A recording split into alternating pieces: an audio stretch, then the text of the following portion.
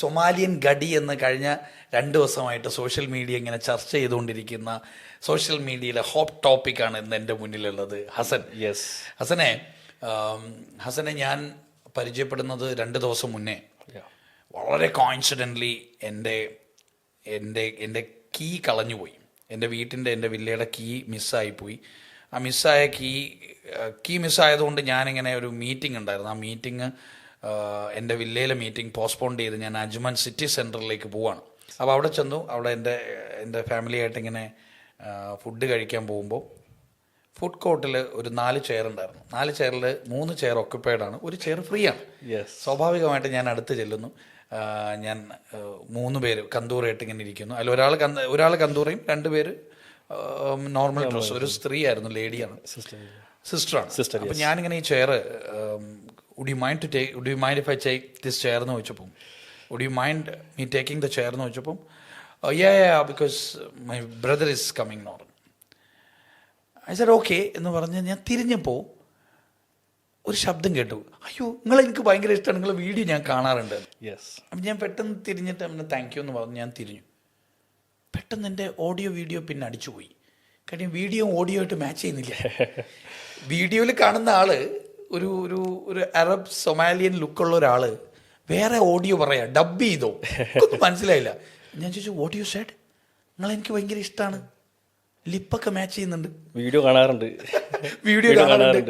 അപ്പോൾ ഉടനെ ബേക്കിൽ നിന്ന് അനിയൻ്റെ പേര് ഹുസൈൻ, അനിയൻ പറയാ ഞാനും വീഡിയോ കാണാറുണ്ട്.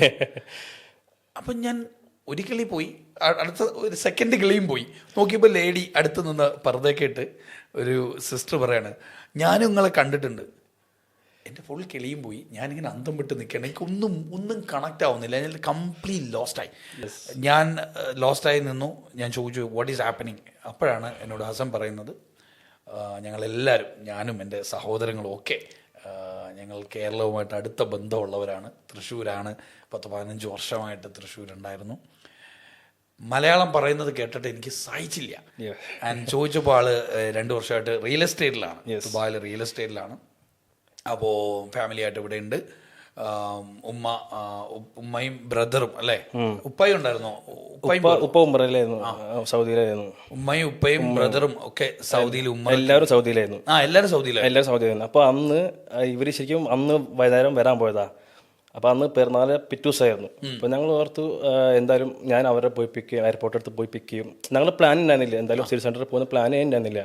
ഞങ്ങളെല്ലാവരും സാധാരണ തന്നെ എയർപോർട്ടിൽ പോയി പിക്ക് ചെയ്യാവുന്ന പ്ലാൻ. പക്ഷെ അവരെ ഫ്ലൈറ്റ് മിസ്സായി. അതായത് ഫാമിലിയുടെ ഫ്ലൈറ്റ് മിസ്സായി. അപ്പോൾ അവർ അന്ന് തന്നെ തിരിച്ചു വരാൻ പോയത്. അപ്പോൾ ഞങ്ങൾ ഫ്ലൈറ്റ് മിസ്സായി. ഞങ്ങൾ ഓർത്തു ഒന്ന് പോയി പുറത്തേക്ക് പോകാം, പെരുന്നാളൊക്കെ ഒന്ന് പോയി പുറത്ത് പോയിരുന്ന് ഓർത്തു. അങ്ങനെ ഞങ്ങൾ മോള് തൊട്ടപ്പുറത്ത് ഞങ്ങളുടെ വീട്ടിൽ നിന്ന് 10 മിനിറ്റ് ഉണ്ടല്ലോ. അപ്പം മോളിലേക്ക് പോയി. അപ്പോഴാണ് നമ്മൾ കാണുന്നത്. അതാണ് കോയിൻസിഡൻസ്. നമ്മളത് പ്ലാൻ ചെയ്തില്ല. ശരി, നമ്മൾ പോയി വന്നു, അപ്പോഴാണ് കാണുന്നത്. ശരി, നമ്മുടെ വീഡിയോസ് ഒക്കെ മുന്നേ കാണാറുണ്ട്. ഞാൻ പണ്ടോട്ട് ഞാനും തന്നെ സെയിൽസും മോട്ടിവേഷൻ സ്പീക്കറും ഞാനും ഭയങ്കര അന്ന് കണ്ടപ്പോൾ തന്നെ ഫോളോ ചെയ്തു. അന്ന് തന്നെ പിന്നെ സ്റ്റോറീസ് കാണാറുണ്ട്, പിന്നെ ഇടയ്ക്കിടയ്ക്ക് പോസ്റ്റ് ചെയ്യാറുണ്ട്. അപ്പോൾ എല്ലാവർക്കും അറിയാം, ഞാൻ മാത്രമല്ല എല്ലാ മലയാളീസും എല്ലാവർക്കും കാണാറുണ്ട്. ഇംഗ്ലീഷായാലും മലയാളത്തിൽ അടിപൊളിയായിട്ട് ഇൻസ്പയറിങ് ഇതല്ല വീഡിയോസ്. ശരി, ഈ വീഡിയോ എന്നെ ഇൻസ്പയർ ചെയ്ത കാര്യം എന്താണെന്നറിയോ? ഞാൻ അദ്ദേഹത്തിനോട് പ്രൊഫഷൻ ചോദിച്ചപ്പോൾ റിയൽ എസ്റ്റേറ്റ് എന്ന് പറഞ്ഞു. അപ്പോൾ റിയൽ എസ്റ്റേറ്റ് എനിക്കറിയാം, റിയൽറ്റേഴ്സ് വീഡിയോസൊക്കെ ചെയ്യും. അപ്പോൾ ഞാൻ ഇങ്ങനെ ചോദിച്ചു വീഡിയോ ഒക്കെ ചെയ്യൂ. അപ്പോൾ വലിയ എക്സൈറ്റ്മെൻ്റ് ഒന്നും ഇല്ലാതെ എന്നൊക്കെ ഇങ്ങനെ പറഞ്ഞു. എന്നിട്ട് ഞാനിങ്ങനെ പോകുന്ന വഴിക്ക് ഞാൻ ഞാനും എൻ്റെ സുഹൃത്ത് ഞാനും കൂടെ ഇങ്ങനെ ഡിസ്കസ് ചെയ്തു. അസാധ്യമായിട്ട് മലയാളം സംസാരിക്കുന്നു അല്ലേ, ഞങ്ങളുടെ മീഡിയ ടീം ഉണ്ടായിരുന്നെങ്കിൽ നമുക്കൊരു ഇൻ്റർവ്യൂയോ അല്ലെങ്കിൽ ഒരു റീലോ ഒക്കെ ചെയ്യായിരുന്നു. അപ്പോൾ എന്നോട് നെഹിയാന പറഞ്ഞത് അല്ലെങ്കിൽ ഇപ്പം തന്നെ അങ്ങ് ചെയ്താലോ. ഞാൻ ചെയ്താലോ, ചെയ്യാം. ഞാൻ തിരിച്ചു പോയി. ഞാൻ ഹസനോട് പറഞ്ഞു നമുക്കൊരു വീഡിയോ എടുക്കാം. ഹസൻ താല്പര്യമുണ്ടോ ഇല്ലയോ, ബോഡി ലാംഗ്വേജിൽ എനിക്ക് കൺഫ്യൂസ് ആയിരുന്നു. ഞാൻ ഹസനെ കൈ പിടിച്ച് നടക്കുമ്പോൾ മോളിൽ ഭയങ്കര ഒച്ച നടന്നിങ്ങനെ പോകുമ്പോൾ ഞാൻ ഹസൻ്റെ അടുത്ത് പറയുന്നുണ്ട്, Hasan this video will change your life. ഈ വീഡിയോ നിങ്ങളുടെ ലൈഫ് ചേഞ്ച് ചെയ്യും ഇൻഷാ അല്ലാഹ്. മില്യൻസ് ഓഫ് ആൾക്കാർ ഈ വീഡിയോ കാണും. Hasan I am sure this will change your life.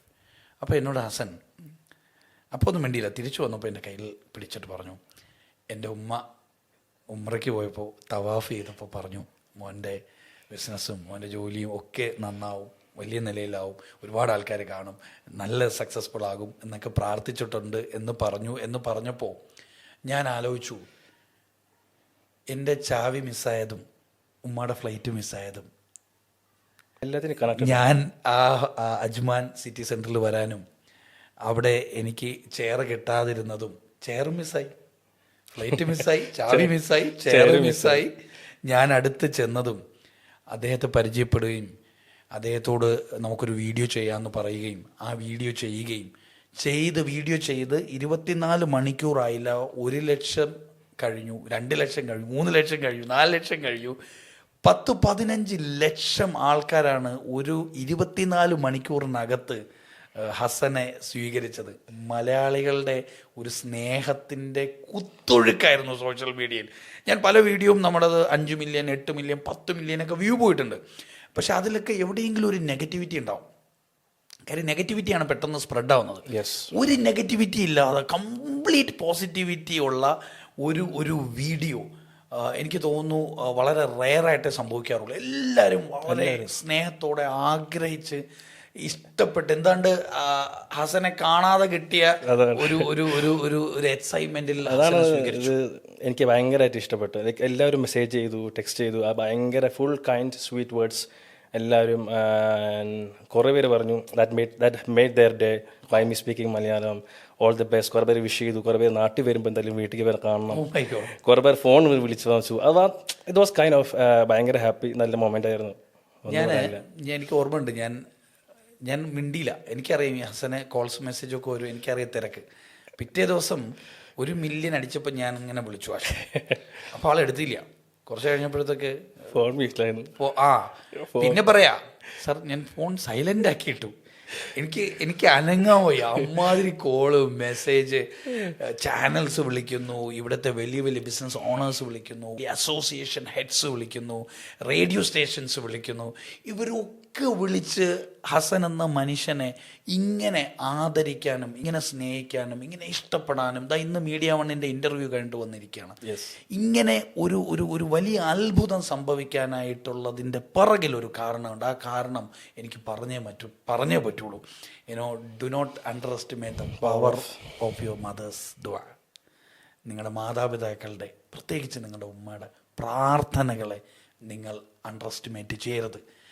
അമൂല്യമാണ്, വിലമതിക്കാനാവാത്തത്രയ്ക്കും വിലയാണ് നമ്മുടെ മാതാപിതാക്കളുടെ പ്രാർത്ഥന. ഹസൻ പറയുമ്പോഴാണ് മനസ്സിലാവുന്നത്, ഹസൻ്റെ ഉമ്മ ഇസ്ലാമിക വിശ്വാസപ്രകാരം ഏറ്റവും സ്പിരിച്വലായിട്ടുള്ള ഒരു പോയിന്റിൽ നിന്ന് കഅബയ്ക്ക് ചുറ്റും നിന്ന് ഇങ്ങനെ പ്രാർത്ഥിക്കുകയാണ്, എൻ്റെ മോനെ, ദൈവമേ മോന് വിജയങ്ങൾ കൊടുക്കണേ, മോന് നല്ല കച്ചവടം കൊടുക്കണേ, മോനെ ഒരുപാട് ആൾക്കാർ കാണണേ, അറിയണേ എന്നൊക്കെ പ്രാർത്ഥിച്ചപ്പോൾ ഇങ്ങ് ദൂരെ ദുബായിലെ റിയാസ് ഹക്കീമിൻ്റെ ചാവി മിസ്സായിപ്പോയി. അങ്ങനെ ഒന്ന് പ്രാർത്ഥിച്ചപ്പോൾ ഉമ്മയുടെ ഫ്ലൈറ്റ് മിസ്സായിപ്പോയി. അങ്ങനെ ഒന്ന് പ്രാർത്ഥിച്ചപ്പോൾ റിയാസ് ഹക്കീമിൻ്റെ ചെയർ മിസ്സായിപ്പോയി. അങ്ങനെ റിയാസ് ഹക്കീമിന് നിങ്ങളുടെ ജീവിതത്തിലേക്ക് വരാനും നിങ്ങളെ തൊടാനുമേ എനിക്ക് സാധിച്ചുള്ളൂ. പക്ഷേ ഇത് ഏറ്റെടുത്തതും ഇത് കൊണ്ടുപോയതും ഒക്കെ ദൈവികമായ ഒരു ശക്തിയാണ്. അതൊരു സ്പിരിച്വൽ എക്സ്പീരിയൻസ് ആണ്. എനിക്ക് തോന്നുന്നു നമ്മളെ കേൾക്കുന്ന, എന്നെയും ഹസനെയും കേൾക്കുന്ന എല്ലാ മലയാളികളോടും പറയാനുള്ളത് ഒന്നേ ഉള്ളൂ, ലൈഫിൽ നമ്മൾ അത്ഭുതങ്ങൾ നടക്കും. ഇഫ് യു ഹാവ് പാരൻസ്, നമുക്ക് മാതാപിതാക്കൾ, പ്രാർത്ഥിക്കാൻ മാതാപിതാക്കൾ ഉണ്ടാകുമ്പോൾ, അപ്പോൾ മാതാപിതാക്കൾ മക്കൾക്ക് വേണ്ടി പ്രാർത്ഥിക്കണമെങ്കിൽ അങ്ങോട്ടും ഇങ്ങോട്ടുള്ള ഒരു സ്നേഹം, അല്ലേ, ആ സ്നേഹബന്ധം വളരെ ആഴത്തിലാകണം.